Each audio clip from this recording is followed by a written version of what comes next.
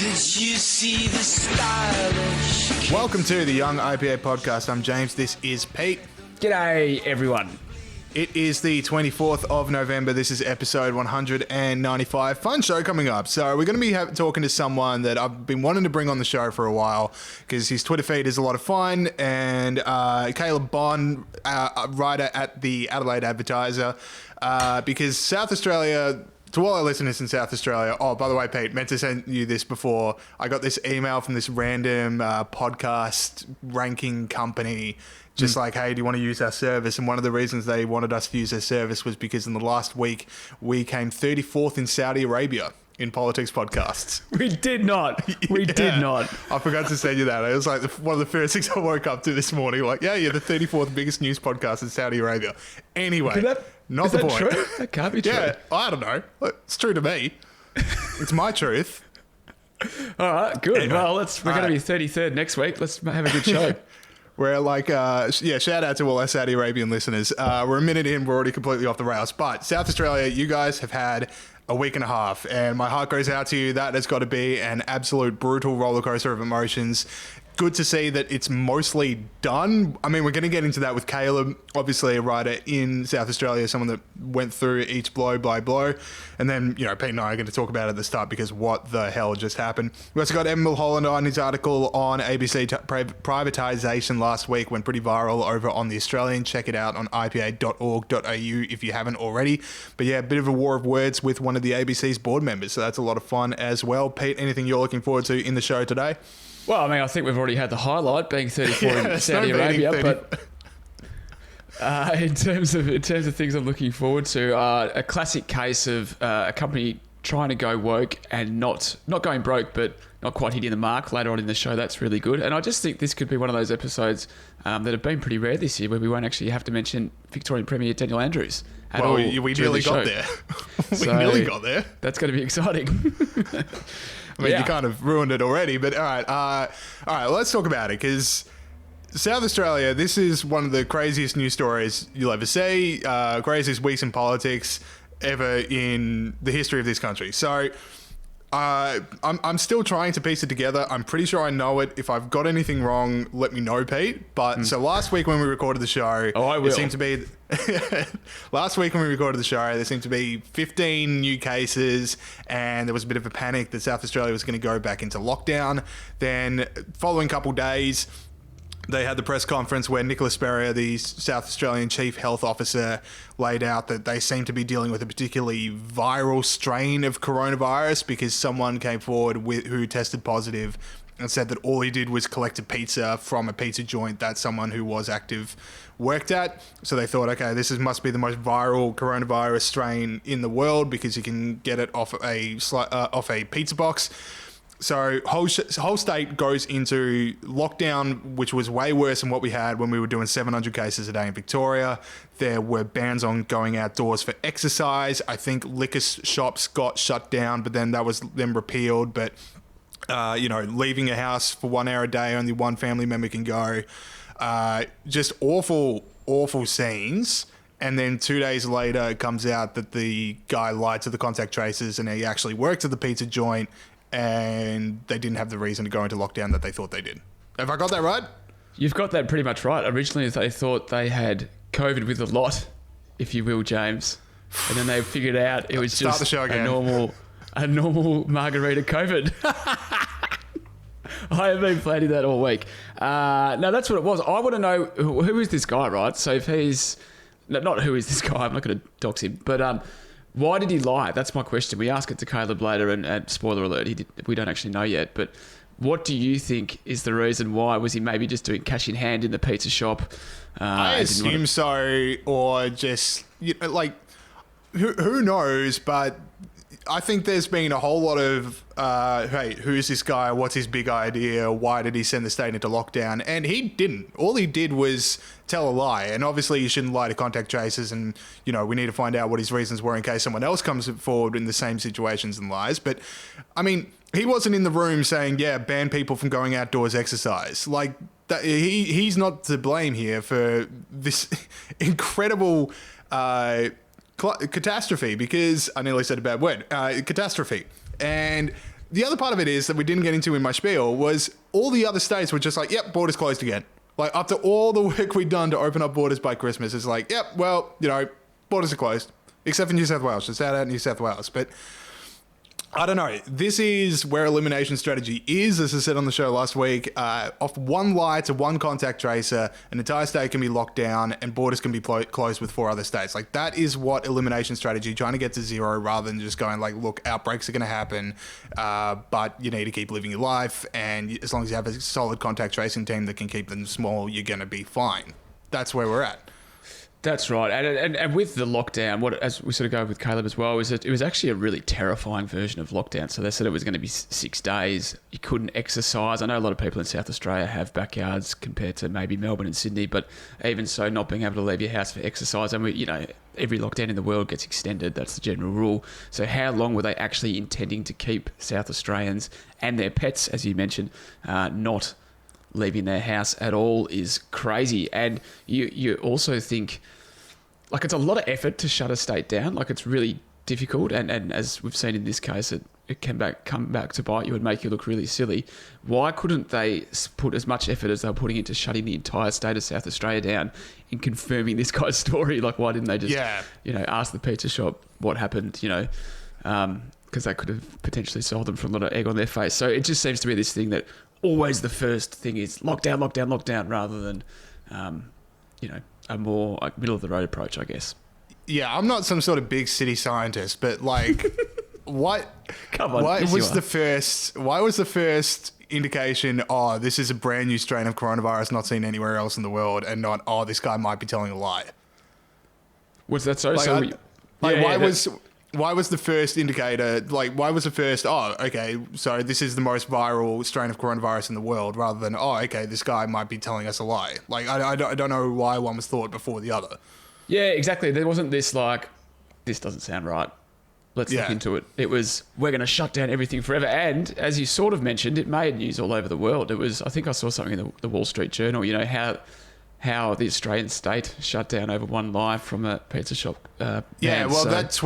That tweet from South Australia Police went viral because someone tweeted at the police, "Can you tell my husband that he's wrong and we can't take the dog for a walk for a week?" And then the police responded, "Yes, you cannot leave your house for exercise for the next 6 days." And like, that went viral in America. People could not believe. I mean, that's one of those, and we've had a million of them this year, but like, show yourself that tweet 12 months ago and just go, what the hell happened? But yeah, that's what it was. Another part for me, we've seen Daniel Andrews go. All the Victorians are starting to be like, every Victorian knows someone that's been taking liberties with restrictions, and that's why we need to lock down even more. And then last week you saw Stephen Marshall go, there's a complacency in the community. There's like this general blame of populace. I like that it's now moved into no specific blame of the populace. Like, all of our restrictions are of this guy, not just you in general, but this one random South Australian. It is his fault. Yeah. That's right. Yeah, it's always better just to pick out one person than pick out lots of people. But it's interesting. And what's going to happen to them next time? Like, next time this happens, is South Australia going to be able to contact trace, or will they do it again? And as a Victorian, I'm sort of quite done with lockdown, and it sort of occurred to me over the weekend, like, we're going to have we're all going to have outbreaks at various points, and how our government's going to react. That's the major issue here.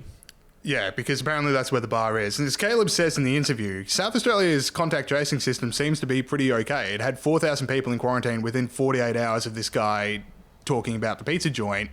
Sounds like they've got a pretty good system and they know where people are and what people can do. But you still need to lock down the entire state and ban people from exercising out of their homes for 6 days. So, like, where is the bar for what needs to be locked down? But honestly, just one of the craziest weeks, and you just look like such a clown if you're Stephen Marshall. Like, yeah, I know I was up here 2 days ago locking it down, but let's go back. Yeah, false alarm, guys. Backsies. Yeah, my bad. No, not my bad. It was that guy's bad. All right, so we got a bunch of border updates as well. Yesterday we had New South Wales and Victoria direct flights back up. Pretty heartwarming photos of all those people at Sydney Airport, lifeguards and such greeting people. I like seeing that. Drag queens. It was good fun. It was good vibes, and I appreciated the vibes. And, it's an indicator that you can actually open borders which is something we would love to tell Mark McGowan, which is if you missed last week's show where we talked to Caroline Durasso about Western Australia's hard borders, that was, it's still a huge situation. Here's a fun fact for you, Pete. I think I know what you're going to say, but you do it. There are more active coronavirus cases in Western Australia than there are in New South Wales and Victoria combined. And yet, if you are a Victorian or a New South Welshman and you want to go over to Western Australia, you do have to quarantine for 14 days. And you still have to as well if you're a South Australian, even though the government admitted we didn't need a lockdown. Yeah. Well, I don't know, mate. That's popular. That's why they do it. I think that we've all sort of learnt about human nature a bit this year. So my border theory is as follows, right? It's easy, it's popular, right? So that's why they do it. And the reason it's popular is it's because it's really easy to frighten people, and people kind of, it's this thing that's it's difficult to understand. There's lots of different theories floating around, and people's first reaction is, well, this threat right now is really serious. Let's just do everything we can to deal with it. And it's always easier to tell people, it's always easier to convince people to act about a threat that is going to happen right now rather than a disparate number of threats in the future over an extended period of time. It's kind of like, who cares about the wheat crop in the future if I'm going to get eaten by a saber-toothed tiger today? So I just think we're hardwired that way. And some premiers, rather than do what I would consider to be the leadership thing and sort of, lay out the problem for people and say, this is what we're going to do.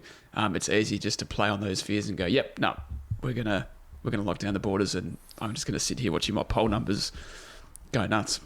That's my border theory. So we had the new excuses. So we talked with Caroline Durasso last week about how the excuses are so different every week as to why you can't open the borders. I mean, for the moment, it was because there's just too many numbers in New South Wales and Victoria. That has now moved because if they are ever going to open up the borders to Victoria and New South Wales, according to Mark McGowan, he would now take into account the sewage testing in the state in question and take into account the movement across borders, for instance, from South Australia into New South Wales and Victoria. Sorry, if you're a state that's open to another state that has coronavirus, you are too risky to Mark McGowan.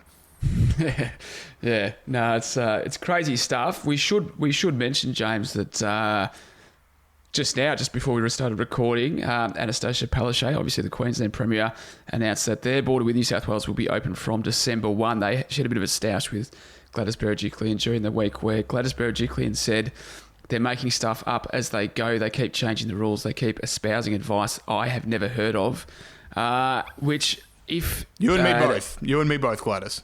That's right. That's exactly right. And you would notice that the two great states of Queensland and New South Wales, James, during the last week or so have been engaged in State of Origin Rugby League, which, of course, is a very big deal for people up there. And there was a bit of a controversy between the two premiers regarding texting and texting etiquette. And I've actually got the text right here in front of me, not because I've got something exclusive. It's, in the media. And Are we weighing in? Are we weighing in on texting etiquette? We're gonna weigh in on texting etiquette. So Gladys Berejiklian wrote, "Congratulations on your win to Anastasia Palaszczuk, especially during a pandemic. Congratulations, and I'd love to talk borders with you." Now Anastasia replied only to the bit about the rugby league game, saying, "Queenslander, great game." Ignored the bit about borders. James, what do you think about that? Good de-escalator. I would like Anastasia Palaszczuk to talk a bit more about borders, but just if you are given a 3-pronged text message and one of them is something you don't want to respond to, just respond to the other two. It's just an easy get out of jail free card. Pete, can I guess your feedback? What do you make? Well, I'm sort of in the same boat. It's just that that's what you would not wanted to talk about. I don't think there's any great kind of secret here. I reckon you would have done one more. And this is how well I know my Pete. But you would have also sent that with a laugh emoji. Let's talk about the borders, laugh emoji. Oh, it's so your if I was favourite. Gladys Berejiklian. Yeah, you would have just gone, we should talk about borders, laugh emoji. Because that's if there's even a 3% chance of a controversy with one of your messages, you just send a laugh emoji just to be safe. Yeah, just to sort of take the sting out of it, If I was Anastasia Palaszczuk, though, and I've just watched Queensland win the State of Origin, I would have thought she would have had a few 4Xs and a couple of Bundys, and I just surprised she didn't go completely bunter on borders and say, look, we're not talking about it. Get stuffed. go the Maroons. Yeah, that was a gentleman's agreement of the series. If you guys won, we would be talking about it. That's right. All right. Well, this is a bit of a lane switch, and it's going to be a bit more somber, but it is really important to talk about because there was an article in the West Australian from Bali, and you think about countries that are very reliant on international tourism, or places that are very reliant on international tourism, I should say. It's obviously Bali being number one, especially to the Western Australian market. And a reporter went through talking to people in Bali about how they've been affected by it, and it is as bad as you can possibly imagine. Not-for-profit organisations estimate the reality of an 80% unemployment in the island. So really think about that. 4 out of 5 people out of a job because of the lack of tourism. The situation's so dire that some are struggling to feed their families, pay bills, or afford essentials like baby formula, nappies, and medicine. Others are selling cars, scooters, businesses, and personal belongings in a desperate bid to make ends meet. I mean, again, this is elimination strategy manifest. This is what happens when you close international borders and you just stop people traveling. And we've always we've talked about this with the climate change question, which is if you want to divest from coal, really go to the communities that need coal in order to keep the lights on. And if you can still say, hey, we need to divest from coal immediately because we need to save the planet 50 years from now, to people that are going to be thrown into extreme poverty immediately once that decision's made. If you can't do that, you don't honestly believe it. And if you genuinely think elimination strategy is the way to go, tell it to the 4 out of 5 people in Bali that now don't have a job and are waiting till, at least a year from now when people can come back to Bali for holidays. Tell them the importance of elimination strategy. Yeah, exactly right. Really well said. I wrote a piece about this right at the start of the pandemic about how the impact of this economically on countries in the developing world is massive. And I get that, there's governments and state governments of Australia have to put, their people first rather than people in other countries. But it's just not accurate to say this is about the economy versus lives. This is lives versus lives. And the lives that have to be included are people in developing countries that Aussies go and visit a lot. It's not just Bali. I'm sure in Cambodia, I think it's 25% of all jobs in Cambodia are connected to tourism, and Australians are one of the countries that one of the people that go to Cambodia a lot. But yeah, no, you're exactly right. It's a good point. It's you can never, as I said, you can't put people in other countries before people in Australia, but they deserve to be, I guess, included in the discussion. Yeah, but that's not even the debate. We're not in a situation where it is our lives versus their lives. It is our want of zero active cases versus the lives of others. You can have other strategies than complete elimination. So I don't think the debate is our lives v their lives. Anyway, I just wanted to say that because it's really important, and it's the evils of elimination strategy in my view. All right, let's move on to heroes and villains. This will be a bit more fun. Grunt the Pig, Freedom Snort for people that have stood up for freedom and justice around the world. This week, Peter Gregory, take us away. Who is your hero of the week? I wonder how Grunt's going. We haven't seen him for a while. Anyway, so my heroes this week, James. Now, it appears that 2 mates in year 12 in Queensland got married so that they could have a party of up to 100 people. So in Queensland at the moment, you can only have a party of or a gathering up to 40 people. But if you have a wedding, you can have 100 people. There's not much detail apart from that. This was just a post on Brown Cardigan that we've run with. And, I know marriage is a serious institution and, you shouldn't muck around with it. So I'm probably the hero of the week. So what I'm rewarding as a heroic aspect of this is not necessarily that people are hijacking the serious institution of marriage to have a party, but one of the things that's taken a hit in this pandemic, James, is my view of my fellow Australians as anti-authoritarian kind of Ned Kelly rebels type thing. But it's good to see that at least in the youth there is still an element of that rebellious, fun-loving nature, and these two mates that have got married just so they can have a bit of a shindig are my hero of the week. It's still second to that Argentinian church that became a bar just so it could have mass. I still think that's my number one. I forgot about that. It's one of the better ones. Yeah, that's a real hero for me. I know I've done this one a million times and I apologise for going over it again, but UK lockdown has changed. It's not going to be a lockdown, but it's now this 3-tier system, which is lockdown by another word over Christmas. And what I like, and I've talked about the need for an actual backbench in Australian Parliament and how it can actually get things done. This is what happens. So there's 70 rebel MPs, a lot of them in the Conservative Party, that is saying, okay, we don't need to this three-tier strategy. We don't need a lockdown. We're not going to support Boris Johnson, which means for Boris that he actually has to get the Labor Party to agree to his coronavirus strategy, which they might not do. So, I'm not going to spend a whole lot of time on this because I do go over it again, but it is important that when you get an actual backbench, you can actually have actual changes and you don't have an entire party just going, yes, this is the right way to do things, dear leader, keep going forward. This is what an actual backbench can do. Shall we move on to villains? Nice one. When you said I'm not going to spend any time on it, I got what are they called? Memories. Yeah, Bob Catter going, and I ain't spending any time on it. We haven't done one of those for a while. We should get back to it. Anyway, villain of the week, James. Mitch this week. Roll the tape, mate. As Extinction Rebellion protests enter their 6th day. That is the Extinction Rebellion fake nudie run. The villain of the week is the Extinction Rebellion fake nudie run. Villain of the week, James, who have you got? All right, this is the most 2020 of stories. So Governor Gavin Newsom over in California has thrown the state into a massive lockdown, except for him. So he was at a dinner with 12 friends, which is illegal, and it was like a birthday dinner, 12 friends, it was illegal, and the excuse that came out was, okay, but it was outside, so it's fine. No, it turns out it wasn't. So a Fox News station in California got a hold of the photos. It is the governor of California, some senior members of the California Medical Association, and some top lobbyists, 12 of them sitting around having an indoor birthday dinner. No one's wearing masks. They're crowded next to each other. And Governor Newsom, the whole time is going, the state needs to lock down. People can't see their families. People can't see their friends because we've got a serious virus. So it's lockdown for you, but not for me. The most 2020 news story ever. If you do want to celebrate, get rich and have a publicly funded salary. That is actually quite unbelievable, that story. Okay, so my villain, James, is Boris Johnson. So over in the UK again, new cars and vans powered wholly by petrol and diesel will not be sold in the UK for 2030. In the UK from 2030, Prime Minister Boris Johnson has said, and he's hailed this as a green industrial revolution. Now, they also said, the government said that it would support the creation of 250,000 jobs in parts of the UK where we want to see levelling up. Now, that's obviously just a made-up number, where they decided what sounds good on a media release, and they came to the conclusion that 250,000 jobs was a good number.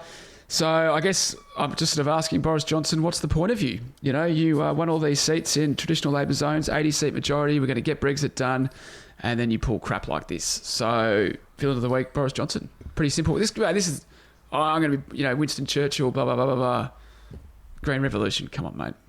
Yeah, I remember when he got elected, there were a lot of people going, don't get caught up in the hysteria. He's as bad as anyone else. And we were like, nah, he's going to be fine. It's like, oh, yeah, no, he's that bad. I thought he was a bit of a chameleon, like a lot of politicians that would just go with, whichever way the wind was blowing. But given he had this big majority, that meant the wind was blowing towards good stuff.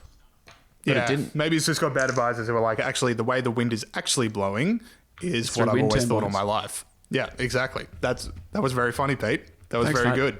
All right, there we go. All right, we'll take that to go to our interviews with Caleb Bond and Evan Mulholland. But before we do, this podcast, all the other podcasts we do, it's all part of the Institute of Public Affairs. And if you are a member of the IPA, thank you so much for being a member. If you're not a member of the IPA, head on over to ipa.org.au/join. We've got 3 different membership tiers. One's really affordable, the Generation Liberty one for all of our young listeners out there. If you're at university and if you want to, I know it's like all over Zoom at the moment, but as we get back to in-person events, like Generation Liberty is going to be a lot of fun. They're doing a lot of Zoom events as well that are really, really enjoyable. And just ipa.org.au/join. Join Australia's biggest voice for freedom. Let's go to Caleb Bond. Okay, we now welcome on someone that I have been hoping to have on for a while, and I was going to hope that it was under better circumstances than what South Australia's been through for the last week.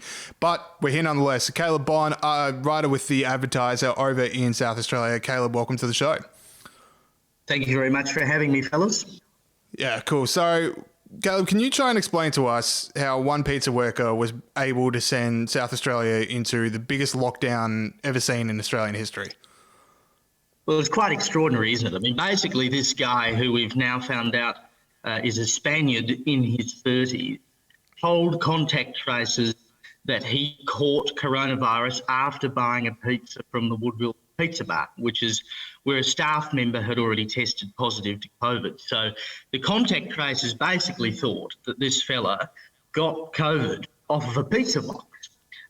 So they've immediately gone, oh my God, we've got some major virulent form of the virus is running rampant in South Australia. People are getting it off cardboard boxes. Let's lock the whole joint down.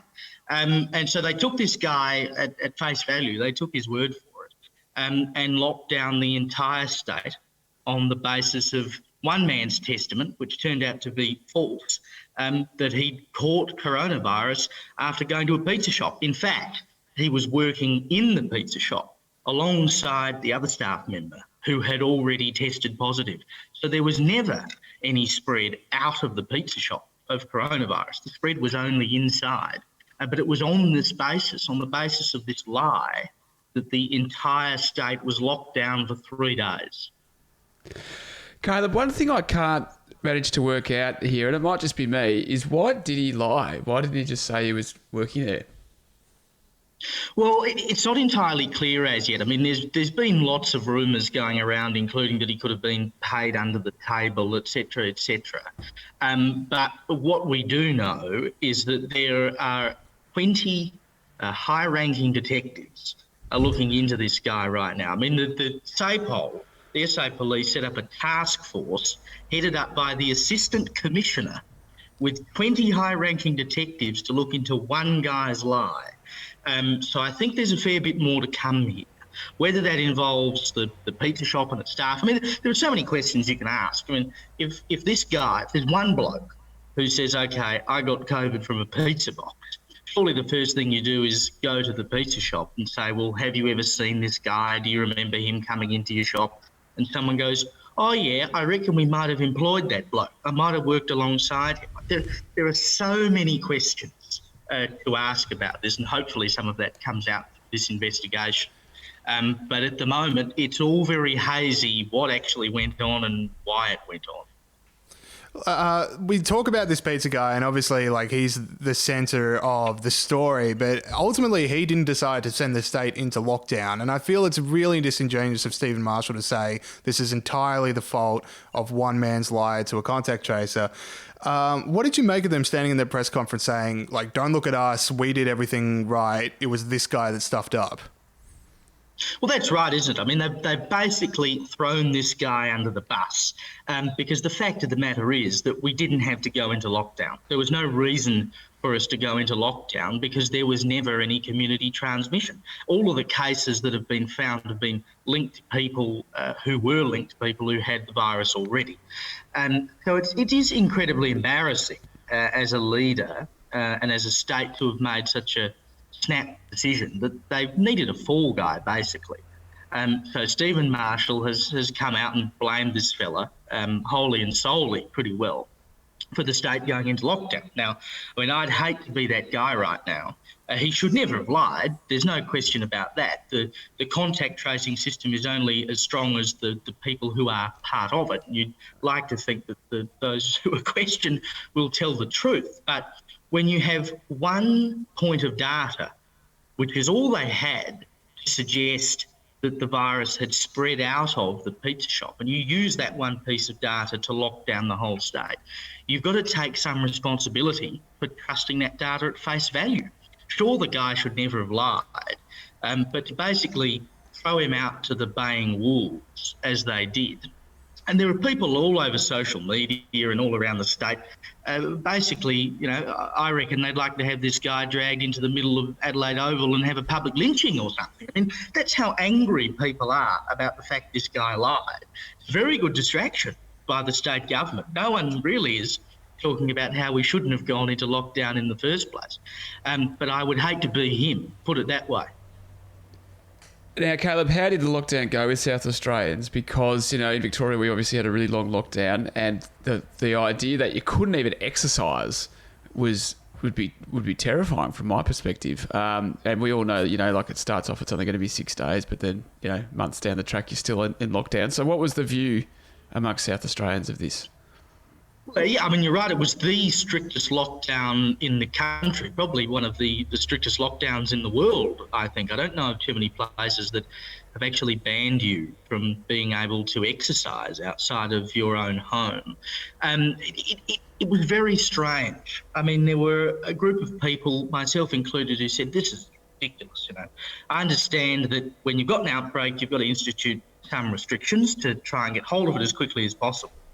But to go into the country's strictest lockdown when there were all of 17 confirmed cases, I think at that time, it's now in the 30s, but there were 17 cases confirmed, and we go into the strictest lockdown. I thought it was ridiculous.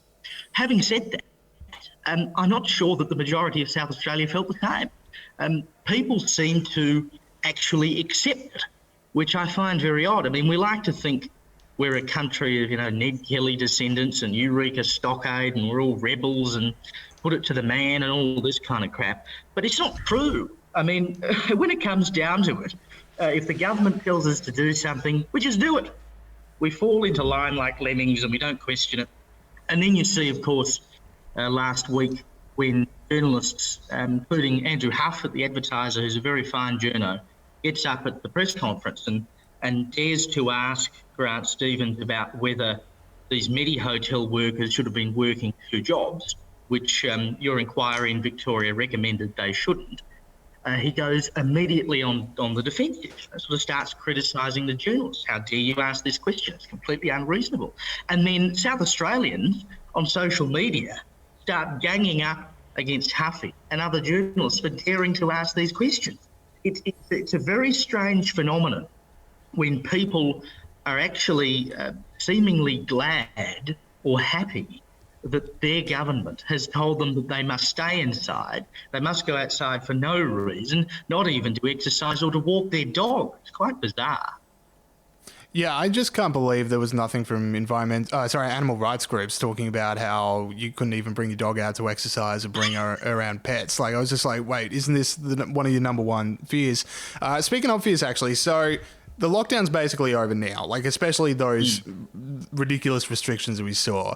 Is there now a culture of fear, like at any moment, South Australia is literally one lie to a contact tracer away from going straight back into lockdown? Like, how long is that going to take to shake off?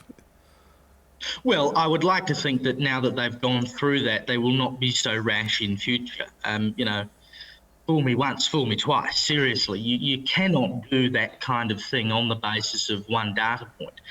If they haven't learnt their lesson from that, and if all the other states haven't learnt their lesson from that, then something is seriously wrong. What it probably suggests is that our contact tracing system wasn't quite as foolproof as we thought it was. And we've been talking about, you know, gold standard, this and that. And perhaps it was not quite as strong as we thought it was. If one man's lie can basically bring the whole state down, then you are in serious trouble. So as much as I would like to think that we're not going to do this again, I think there's been some reputational damage. I mean, as soon as the lockdown was announced, it seemed as though people in South Australia were like, hooray for Stephen Marshall and Nicola Spurrier, Saint Nicola, as some people have been calling her, our Chief Public Health Officer. But the rest of the country was like, hang on, you've got 17 cases and you're locking the entire state down. I mean, New South Wales has had multiple outbreaks. I mean, we think back to June, July, or it was the end of June, started July, when they had the hotel outbreak over there, and you got 30 cases coming up a day. They got down to about 20 on a regular basis. Now, Sydney never went into lockdown, or Greater New South Wales for that matter, and they didn't go into lockdown. They dealt with it. They had good contact tracing. They had a certain level of restrictions, which is fair, and they got on top of it. And I don't see any reason why SA couldn't have done the same in this circumstance, and why that shouldn't be done in future. I mean, our contact tracing really was so good that within a couple of days of the first case being identified, there were 4,000 people in quarantine. They'd located every person that these people had had contact with and put them straight in quarantine. So there was no risk of the virus spreading into the community because they were so quick to lock those people down. And that's exactly how it should be done. If we as a state in South Australia and a country generally want to go forward, we can't keep having lockdowns. I mean, I'm writing a story today, for instance, about how it's affecting the travel sector. How can anyone have confidence if they book a holiday that they can come to South Australia and they'll be able to go back to their own state by the time their holiday's finished? Because the minute this started, the NT locked South Australians out, Queensland locked South Australians out. There's just all these snap decisions being made on very small amounts of data. And I understand that leaders don't want to be seen to be doing nothing. They don't want to be too late to the party. But you can't be too early to the party either. It all comes at a cost. Caleb, one of the things you've touched on a little bit there with a few of your answers, one of the things that has struck me about this whole thing, whether it's been in Victoria or, the popularity of border closures in Queensland and Western Australia, or as you mentioned, the popularity of Stephen Marshall and public health officials in South Australia. We've seen this support for a lot of this stuff and the lionising of public health officials. We had one of the most annoying things for me that I've found is with the Brett Sutton tote bags. But have you been surprised about how easy it's been or how much support these measures have had and how easy it's been to frighten people?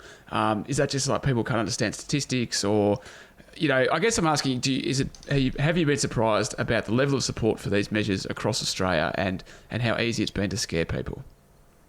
Yeah, to a degree I have. I mean, I suppose I kind of overestimated how rebellious we were as a country. I thought being the convicts, as we were, not in South Australia, we were a free settled state, which may explain why we accepted this so readily, because we're far too British. But I thought that as a convict country, it was sort of in our blood to stand up to power and question things and say, no, get not it. Let's have a serious look at this. But it doesn't seem to have happened. And as you mentioned, one of the strangest aspects of that is this lionising of public health officials. Because, of course, we elect politicians to make decisions. We don't elect bureaucrats and public servants to make decisions. Because if you leave decisions in the hands of bureaucrats and public servants, they're ultimately going to do what makes sense to them on a piece of paper. We employ bureaucrats and public servants to make fact and figure-based decisions, and we elect politicians to make moral decisions. And their job basically is to find the middle ground, really. Take what the public servants give them and then turn that into something that is able to be sold to the public and is good for the public.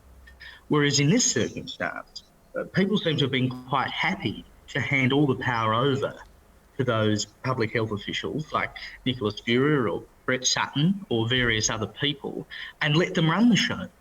And that's not, they weren't elected to do that. They weren't put in these positions to do that. They're there to advise Premier and state government, but they're not there to run the show. But I think part of the reason people have liked so much is because it's not a politician telling them what to do. In a perverse way, people are sick of being told what to do by politicians. They feel like they can trust a doctor. So they seem more likely to take the advice of Nicholas Furrier or Brett Sutton than they are to take the advice of Daniel Andrews or Stephen Marshall. Yeah, the other part to me of that is that, look, people like Nicholas Furrier and Brett Sutton, their literal only job they've had for years and years is how do I make sure a pandemic doesn't get across the community? Like, that's the only thing they think about. It's the only thing they study. It's the only thing they go to conferences and discuss. So then when it does come out, we're also expecting them to know exactly what effects on mental health is going to be or the importance of being in a job. But politicians are like, no, you're making every decision from here on in. It's just this complete abdication of responsibility from politicians. Oh, yeah, absolutely. I mean, we don't elect them to do nothing. Grant Stevens, the police commissioner, is not elected, nor is Nicholas Furrier. We elect politicians and governments ultimately to make moral decisions for us as a populace.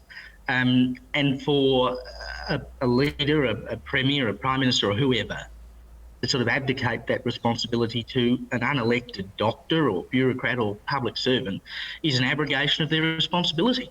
I mean, when it comes down to it in 18 months' time, when we have an election in South Australia, you don't have a Nicola Spurrier box to tick to say, I like Nicola Spurrier's response to the pandemic. You've got a Labor, Liberal, Greens, etc. box to tick. Premiers have to take some responsibility. You take the advice of doctors because they're ultimately looking at a physical health perspective. That's what we employ them to do. We want them to give stern, strong advice. But it's then a leader's role or a politician's role to weigh that up with the needs and the wants of the public. And one of those, as you say, is mental health. And I'm not sure that in these discussions that has been given as much credence as it should, because we've been so obsessed with purely the physical health aspect, which has allowed this whole thing to become the purview of doctors only. Caleb, so one thing that both premiers have talked about, both of our premiers have talked about in the aftermath of this is insecure work. They've blamed some of the effects of this on the fact that people are working different jobs. Given that obviously the massive economic consequences of the lockdowns that we've had in Australia, it doesn't seem like a good idea to make it more difficult for people to work by putting more restrictions on insecure work. What's your view on the future of insecure work in Australia and in our states? Well, I don't see there being any great change, to be perfectly honest. Businesses have been so battered by everything they've been through. And businesses in South Australia that at a moment's notice were told that they wouldn't be able to open for 6 days. I mean, they didn't have any contingency plans. Restaurants had to chuck out thousands of dollars worth of stock each. They didn't know this was coming. It's not fair to expect them to then pick up the sticks afterwards and to rebuild the hut. If you place more restrictions or you make it more difficult for people to be employed, then businesses simply aren't going to employ them. And they won't be able to employ them. They won't be able to afford to employ them because they've been hit so hard by everything we've been through this year. I mean, it's such a maelstrom of issues that it becomes virtually impossible to do anything about it. You've got to try and let the business sector get back on its feet. But having said that, the issues that we see now about these workers who are working multiple jobs, like the guy who was working in a Medi hotel and in a pizza shop, I do wonder whether it would have been cheaper at the end of the day to just pay these people more money to work in a hotel only. It would have stopped this issue of people working 2 jobs. You look at the economic cost of the restrictions and the lockdowns and whatever that Victoria and South Australia have gone through. Would it have been cheaper just to pay these people to work in one place? Quite possibly. And then you can talk about whether they should be in cities at all. There are so many issues with the Medi hotel system. But I do wonder if we just paid them to work in the hotel, given them enough money that they didn't have to go and get a second job, would we be talking about this right now? Brilliant. Caleb Bond, check him out at The Advertiser. Follow him on Twitter. Thanks so much for joining us. Thank you very much for having me. Thanks, mate. Okay, we now welcome back onto the show one of the very good friends of the podcast, the IPA's Director of Communications, Evan Mulholland. Welcome back. Thanks for having me, guys. All right, so last week we had Joe Gersh, ABC board member, write an article saying that the IPA is the leading voice in Australia trying to keep the ABC trying to get the ABC privatised. Always good to be recognised for our hard work, so thank you to Joe Gersh. And then he goes on to say the ABC is actually wonderful and awesome and no one should touch it. There's a whole lot of stuff we should talk about with this one. I want to start off at about halfway through the article where he says the ABC doesn't have a bias problem because one time Paul Kelly and Malcolm Turnbull went on the ABC and they're conservatives. So do we just want to spend a few minutes just unpacking that? Exactly. So first of all, he describes Paul Kelly and Malcolm Turnbull as conservative. That is a label I don't think either of them would apply to themselves. They can more easily be characterised as small L liberals, yet Joe Gersh described them as conservative. The second thing is you have to look at the composition of the rest of the panel. You had left-wing academic Jenny Hocking. You had left-wing activist and journalist Jan Fran. You had the host, Hamish McDonald, who is no right-winger. And, of course, you had former Labor Premier Bob Carr. So you've got stacked decks once again. You haven't even got a single Conservative, yet that's the ABC's explanation for why it hasn't got a bias problem when it clearly has.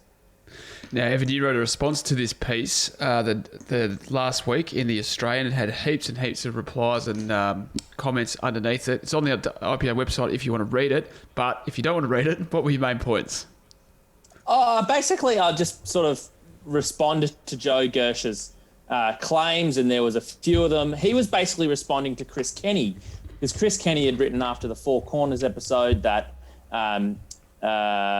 he's always pushed back on calls to privatise the ABC, but he now believes it's against, it's beyond redemption, and that you possibly should be privatised, which is a big call for Chris Kenny. I've had many debates with him on Sky about privatising the ABC. He's pushed back against that idea. So it was a significant development. I think that's the reason why the ABC board are clearly quite anxious about it. We've prompted Joe Gersh to write the piece. But look, in summary, I always support more media diversity and diversity in the media, but the ABC is not diversity in the media. It's the state intruding on a private media market with a giant taxpayer-funded behemoth that we're all forced to pay for. I don't think it's compatible with a free society. So what I basically call for is to turn the ABC into a subscription service. Similar models are being proposed for the BBC in the UK, and I think this idea is picking up steam. In a private, if the ABC is as good and is as trustworthy and is as popular as the ABC and Joe Gersh makes it out to be, then they have absolutely nothing to fear in operating in a private media market. He also says, and many defenders of the ABC also say, that the fact that the ABC runs with taxpayer funds rather than commercials makes is essential to its independence, basically implying that all other news outlets' editorial line is somehow dictated to by its advertisers. Now, that is a charge I think a broadcaster, a public broadcaster like the SBS, would absolutely refute, and they have been able to take advertising as well as be a public broadcaster, but for some reason the ABC seems to think it's off limits.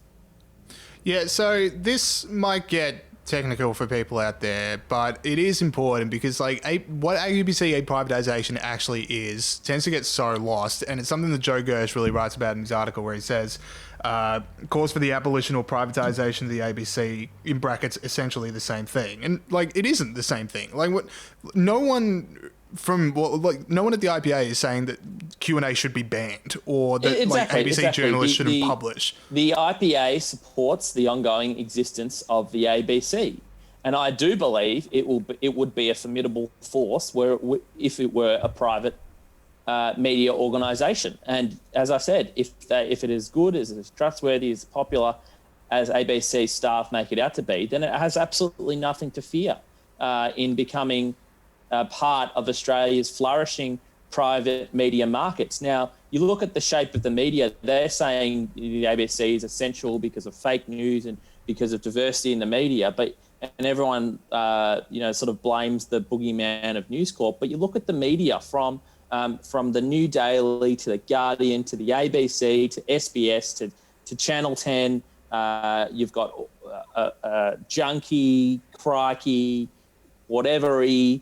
endless amounts of left-wing media outlets, yet the boogeyman all of a sudden is News Corp. So I sort of have a go at what has been described as Murdoch derangement syndrome, because that's what it is. And it comes from, I think, this campaign by Kevin Rudd and this idea of a petition comes from this very elite mindset that the left-wing worldview, ABC staff's worldview and the ABC's worldview is so moral and so perfect that everyone else must be somehow brainwashed or ill-informed. And that is an elitist mindset that really has no place in Australia. We did some media monitoring analysis of the ABC, and their coverage since October 10, when Kevin Rudd's petition was launched, and found that the ABC had mentioned Murdoch over 3,000 times. That is not the act of a bipartisan independent news service. That is the act of ABC staff obsessed with their perceived enemies. Yeah, exactly right. It's crazy for them to sort of, like Kevin Rudd was literally Prime Minister, Malcolm Turnbull was literally Prime Minister, and to them say, I never had the power to enact the policies I wanted because of, this guy in New York and his media organisation is like, maybe you were just wrong, mate. Anyway, what was I going to ask? Well, yeah, so you mentioned a few of those left-wing media outlets. Do you ever wonder why there isn't as much? They don't mention privatising the ABC as much, or they don't even argue for privatising the ABC as much, because clearly they're the ones that are suffering from it. Like the ABC crowds out that market. Do you wonder what the issue is there? You're completely right. Many of them won't touch the subject or even cover significant debate on the subject because for a lot of journalists, they would very much like to have the security of working at the ABC someday, which pays more than most other private media organisations. We've seen the spread of left-wing media organisations. If you want to digest left-wing news, you can go anywhere to get it. There is so much left-wing news outlets. There's actually too many, which you've seen the demise of outlets like BuzzFeed and 10 Daily. But whenever there is a new sort of type of news in the media market, the ABC feels the need to encroach on that, whereas it should be acting in places where the market isn't, like regional news, like state political news. Yet it decides to go after all these niche types of news and crowd out and basically destroy with taxpayer funds its competitors. Yeah, and the other side of this, I think we should discuss is, and we've kind of been talking about it anyway, but the idea that, people would say the ABC was fixed if only there were a few more conservative voices on it or a few more libertarian voices on it, and it just wasn't so, this homogenous voice. But the point is, for me, it could be a 24/7 news network devoted to stories about how good James Bolt is, and I would still say, okay, taxpayers shouldn't fund this. If private companies are willing to put it in for themselves, then the state has no reason that it needs to build and maintain this gigantic media empire. You're completely right. I would not support an ABC where it, a group think for the right. I don't think that is. I don't think that's good for a free society. I think diversity of media is absolutely a good thing, but we shouldn't have the blunt hand of the state forcing us to have media diversity. Now, the ABC are meant to have a charter. It's meant to be impartial. It's meant to see both sides. But the ABC and the ABC staff see their role as being a counter to News Corp and a counter to News on the Right. Well, that's not their role. If you wanted to digest news like that, you'd go to The Guardian, which is actually often known as the ABC staff's internal newsletter. But it's not the role for the ABC to be a counter to News Corp. It's the role of the ABC to be an independent broadcaster, which is why I've been saying for so long that the ABC should be privatised, because if a giant $1.1 billion a year organisation has currency as a left-wing media organisation, as it is at the moment, then let it stand on its own 2 feet. If it's good as ABC staff say it is, then we should let it run in Australia's private media market, and I'll wish it all the best. Evan, you are a man of the world. You've got friends all across the political spectrum. Has anyone ever admitted to you? Because I've always thought they must know deep down that they're on a really good wicket, and that's why they make up these ridiculous claims about needing to counter News Corp. Just because it's a great thing. Have they ever admitted to you, maybe after a couple of froths, that, yeah, we know that there's absolutely no justification for having a government-funded ABC, but it's just so good for us that we keep it, or we keep supporting it?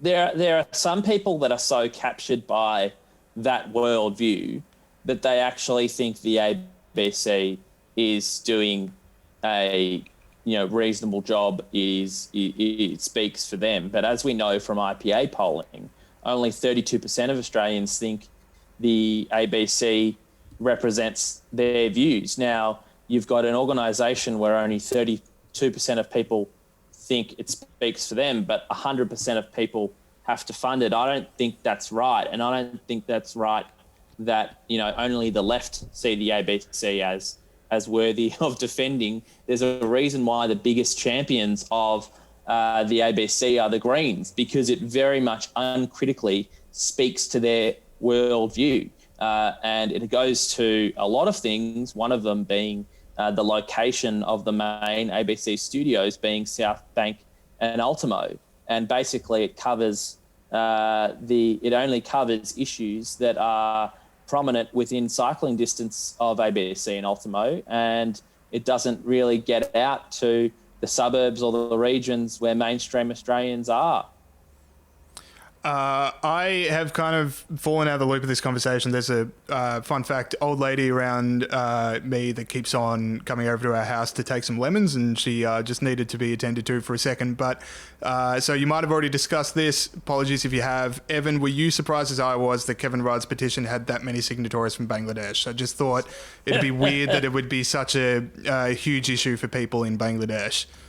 To be honest, I'll take the 500,000 on face value without the 1,000 from Bangladesh. I do genuinely think there probably are 500,000 people out there that want a Murdoch Royal Commission. It's that 500,000 is actually 1/3 of the Greens Senate vote at the last election. So I'm actually surprised it's not more than that. I think it's a little pathetic that they only managed to wrangle 500,000 people. It is not significant. But it has had some success. There is a Senate inquiry looking into media diversity in Australia, and a media sector which looks into government and keeps government accountable is healthy for democracy.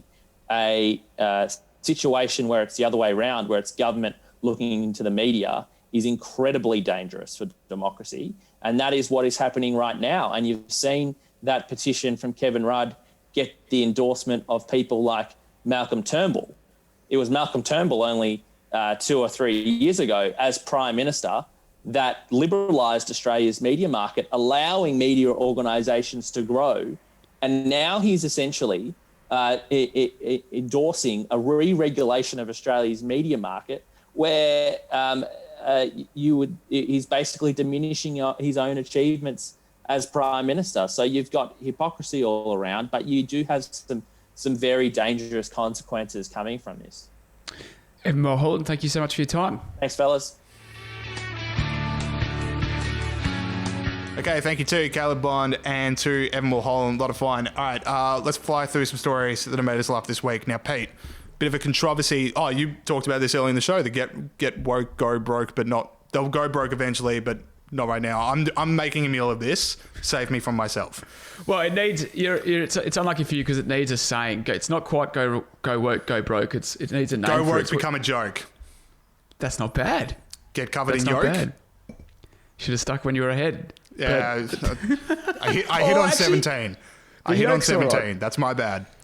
Yeah, so what it is, it's one of those ones where a company tries to go woke, but then actually ends up being more offensive than they originally were. And of course, I'm talking about Allen's, who are owned by Nestle. They renamed their lollies Redskins and Chicos recently due to overtones. They renamed the Redskins the Red Ripper. Now, unfortunately for Allen's, the Red Ripper is the nickname given to the notorious Soviet serial killer Andrei Chikatilo, who killed as many as 52 people, maybe more, they're not quite sure, for 2 decades before his execution in 1994. And I sort of question how much research Allen's put into this, because literally, if you write Red Ripper into Google, the very first thing that comes up is like 15 pictures of this absolute lunatic and a Wikipedia entry about this guy. So I don't understand how you can do that. If you're going to put all this effort into putting a new name, they probably hired a marketing company. They probably, did, what are they called? Focus groups, got a diversity person in, and no one Googled the name. So go woke and get yolk on your face, you big joke, or whatever James said. That was better than what I said. I would have thought the word Ripper is just so has so much connotation with serial killer history that you don't want to like just double check. He's not even the only serial killer called Ripper. Yeah, that's the point. The other one is I didn't realize his name was Chikatilo because I know also the Chico Rolls got renamed because it wasn't woke. So do you reckon there was like a few people at Chico Rolls that were pushing for Chikatilo and just went like, oh, thank gosh we didn't? Did you see what happened to Redskins? Yeah, well, exactly. The other lolly was called Chico's that they changed the name of. So maybe that's exactly what I just said. Well done, Peter. No, you said Chico Roll. I'm talking about Chico. What did you say? Right. I don't know. I thought Chico Rolls and Chico's were the same thing because I've never eaten either. I've never eaten either. This isn't working very well. Let's move on to another topic. Okay. We have this one. The New York Post finally got their Twitter unlocked by Twitter, and that's good. Thank goodness for it because we finally get because New York Post have a thing where they do very good reporting about stuff like Hunter Biden's laptop, but then they do this other style of reporting, which is all we want to do is have the viral tweet that everyone retweets with their own jokes, and this was one of them, which was scientists splice human genes into monkey brains to make them bigger and smarter. Pete, your initial reactions? Well, my initial reactions to that is I didn't know that was the plot of Planet of the Apes because, as you know, I'm not a big movie guy. So my initial reaction was... We could show you Planet of the Apes and you'd be blown away about the Statue of Liberty at the end because you'd be like, whoa, it was our planet the whole time? Yeah. See, and I don't get that reference because I've never seen it, but I should see it. My question was, would you rather be? Oh no, that's right. The thing that I noticed about this in reading the report was that they actually ended up killing the fetus or aborting the fetus due to possible unforeseen circumstances. So, well, I mean that's suspicious, isn't it? Yeah. Except for the one that they kept in the jar, and then 5 years later. The other one I had from this one was like, it was a team of Japanese and German researchers. I don't know if you guys are history buffs or not. Doesn't seem like the two countries we want with the weapons for World War IV, us v apes. Anyway, that's right. We got another story, Peter. Yeah. Okay. So let's get on to Lewis Hamilton. Now, 7-time Formula One champion Lewis Hamilton has lost, unfortunately for Lewis, a 3-year legal battle with Swiss luxury watchmaker over the trademark of the name Hamilton. So, mate, it's not like you're the only Hamilton in the world. This company, this watch company, Hamilton International, was registering their trademark throughout Europe. And they actually go back to 1892 was when they first became a company. So, obviously, when was Lewis Hamilton born? He was born in 1985, James, which you would notice is almost 100 years later. And I just reckon, mate, yeah, as I said, you're not the only Hamilton's a pretty common name. Does that mean you've got dibs on it forever just because you're a good car driver? I don't think so, mate. What about Hamilton Island? What about Hamilton? I was going to say, can you imagine him? Yeah, you can imagine him seeing a map and there's got Hamilton Island in the corner. He's like, wait, what? Who are these people to steal my unique name? Are you kidding me? Yeah. Yeah, or just picks up like this US history book and it's like the profile of Alexander Hamilton. Just what? Unbelievable. Yeah. I'd love him to sue figures in history. That would be a lot of fun for me. Yeah. All right. Last story I want to get to. So Jameela Jamil, one of the favorite people to have in the villain section of this show, possibly the most woke person on the planet, gave an interview to The Australian. And I just want to chime in on this last question here. She was asked, name 3 stereotypes of women that you would like to see disappear and explain why. And she responds to be thin, young, and likable because it's all boring nonsense. Men are never expected to even think about this, never mind try to live up to it. Now, Pete, I don't know about you, but I've thought about being likable every waking second of my life. So don't know if that's the most accurate answer I've ever heard in my life. Yeah, I don't think Jameela has, accurately, what would be the word, sort of understood your experience, James. And also, it's like, why would you be choosing that to be the thing that you don't want people to be? Like, people should cast off their likableness and embrace being a bellend that no one likes. I don't know. Maybe to make Jameela Jamil's life a whole lot more easier. Just stop worrying about likability. Maybe this is the problem. My thing with this is why are the Oz? The Oz is my sanctuary. If I wanted to be smeared for my race and gender and sexuality, I'd go on Twitter. I open the Oz and here's Jameela Jamil perpetuating all this garbage. The Oz can publish whatever they want, but why would they be interviewing her? Yeah, baffling scenes. All right, that is it for the show this week. Thank you to Caleb Bond and Evan Mulholland. If you like this podcast, thank you very much for listening. Make sure you're telling your friends and family about the show. And if you are listening through Apple Podcasts, make sure you leave us that review. It helps us get out to even more people in Saudi Arabia. So we want to really grow that audience. Shout out to all our listeners down there. Let's get to 33 this week. Let's get to 33 this week. And word of mouth is the best way to grow a podcast. So please make sure you're telling friends and family about the show. We're not the only podcast the IPA is doing. We've got a huge podcast network. We've got Looking Forward coming out every week with Scott Hargraves and Chris Berg really taking an analytical look at the week in news. 5 favourite books. We just had Janet Albrechtson's episode come out last week, and one of her books just got banned from schools in California. So if you want to be one of the last people that gets to read To Kill a Mockingbird and discuss it publicly without being accused of racism, there you go. By the way, seriously, To Kill a Mockingbird's racist now? Like, this is grim. This is grim for all of us. There's racist tropes in it, James, because it's a book about racism in the 30s. Unbelievably contains racist tropes. Yeah, The Adventures of Huckleberry Finn also got banned, and I'm going to stop myself before I go on my hour-and-a-half long patented rant about why Huckleberry Finn should never be banned in any book, banned in any form ever. Where was I? Sorry, Looking Forward, 5 favourite books. We've got Viral Banter coming out every fortnight with a few of our Generation Liberty coordinators talking about issues as they, affect young people around Australia. And then back in the tank, we've got Australia's Future with John Roscombe and Tony Abbott. We've got great books of literature with John Roscombe and Andrew Bolt. And just so many great podcasts out there. The Heretic as well. Make sure you're listening to them. And we'll see you guys next week. See you later.